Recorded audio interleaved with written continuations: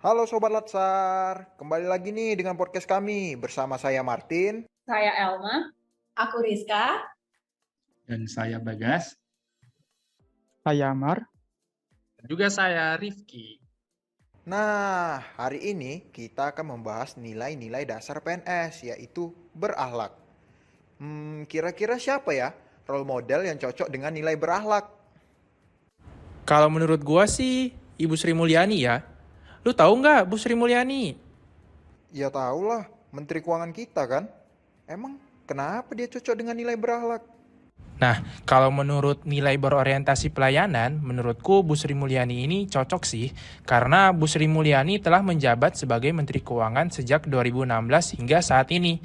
Dan selama beliau menjadi Menteri Keuangan, beliau selalu melakukan perbaikan tiada henti dengan menambah lapisan baru pada tarif pajak penghasilan yang tercantum dalam Undang-Undang Harmonisasi Peraturan Perpajakan tahun 2022. Nah, dengan adanya lapisan baru ini, membuat orang kaya dengan penghasilan di atas 5 miliar rupiah per tahun harus membayar pajak 5% lebih banyak dari tarif sebelumnya. Nah, menurut lo gimana, Tin? Oke nggak? Oke sih, secara nilai akuntabel, beliau juga merupakan sosok yang sangat bertanggung jawab. Apalagi soal kebijakannya. Tegas banget. Kayak kemarin, protes dari DPR soal pemotongan anggaran. Beliau nggak main-main sama kebijakannya. Selalu konsisten. Selain itu, untuk mewujudkan transparansi dan akuntabilitas dalam pengelolaan keuangan negara, Ibu Sri Mulyani juga merubah format visual untuk mengunggah laporan keuangan agar lebih mudah dipahami oleh masyarakat. Jadi masyarakat tahu gimana sih kinerja keuangan kita selama ini. Menurutmu gimana, El? Wah, kalau ngomongin soal Ibu Sri Mulyani sih nggak akan ada habisnya, Tin. Nih ya, sekarang kita ngomongin tentang nilai kompeten yang dimiliki oleh Ibu Sri Mulyani. Kalian inget nggak sih, waktu pandemi COVID kemarin itu Indonesia mengalami resesi. Nah, pada tahun 2021, kabar baiknya itu Indonesia udah lepas nih dari resesi, di mana pertumbuhan ekonomi Indonesia sudah tumbuh sebesar 7%. Nah, ini tuh nggak lepas dari semua kebijakan yang diambil oleh Ibu Sri Mulyani dalam masa-masa sulit kemarin, teman-teman. Nah, sehingga Indonesia bisa bangkit kembali.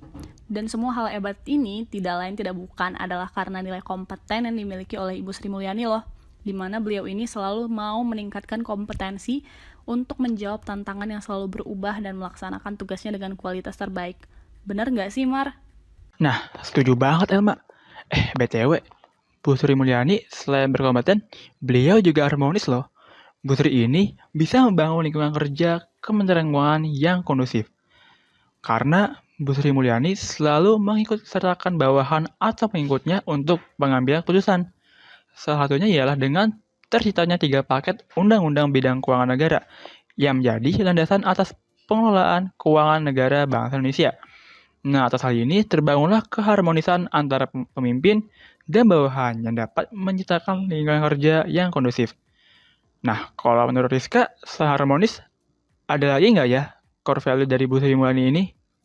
Tentu ada dong, Mar. Di tahun 2010, Ibu Sri Mulyani menerima kembali jabatannya sebagai Menteri Keuangan Indonesia. Yang pada saat itu, Ibu Sri Mulyani rela meninggalkan jabatannya sebagai Direktur Pelaksana Bank Dunia. Padahal ya, jabatan beliau sebagai Direktur Pelaksana Bank Dunia ini mendapatkan gaji yang jauh lebih besar dibandingkan jabatan beliau sebagai Menteri Keuangan Indonesia. Pada saat itu juga Indonesia sedang dihadapkan pada kondisi defisit ekonomi yang sangat besar sehingga mengharuskan Ibu Sri Mulyani untuk pulang ke tanah air dan membantu pemulihan ekonomi Indonesia. Nah, apa yang dilakukan Ibu Sri Mulyani ini sangat menggambarkan kesetiaannya pada NKRI yang sejalan dengan core value nomor 5 yaitu loyal. Nah, kalau menurut Bagas, selain ini ada lagi nggak ya core value lainnya? Jelas ada dong Rizka. Untuk core value selanjutnya ada nilai adaptif, di mana kontribusi aktif Bu Sri Mulyani dalam sektor ekonomi dan keuangan dikenal dengan pemikirannya yang sangat kreatif dan inovatif. Terbukti tuh di setiap kebijakan yang beliau hasilkan sebagai Menteri Keuangan mampu menjawab ketidakpastian global dan dapat membawa kestabilan ekonomi bagi bangsa Indonesia. Maka tak heran jika beliau dijuluki sebagai Sri Kandi Keuangan Indonesia. Nah, untuk selanjutnya, masih ada nggak sih core value selain adaptif menurutmu, Mar? Jangan lupa, guys. Ada satu lagi nih, yang terakhir, yaitu kolaboratif, di mana beliau ini terbuka dalam bekerja sama untuk menghasilkan nilai tambah. Salah satunya ialah Menteri Keuangan ini bekerja sama dengan Bank Indonesia untuk tetap konsisten menjaga inflasi di tahun 2023 pada kisaran 3% untuk mengakselerasi pemulihan ekonomi nasional di tengah masih adanya potensi risiko inflasi ke depan. Nah, pengendalian inflasi ini menjadi salah satu kebijakan jangka pendek yang ditujukan untuk membangun pijakannya kokoh dalam mewujudkan agenda pembangunan dan kesejahteraan masyarakat dalam menjaga stabilitas harga serta memastikan kelancaran distribusi dan pasokan komoditas esensial. Nah, gimana Sobat Latsar? Cocok nggak Ibu Sri Mulyani disebut sebagai role model nilai berakhlak? Mungkin cukup sekian kali ya podcast kita kali ini. Sebelum penutup, seperti biasa, ada pantun. Mobil tronton bawa botol. Cakep. Makasih all.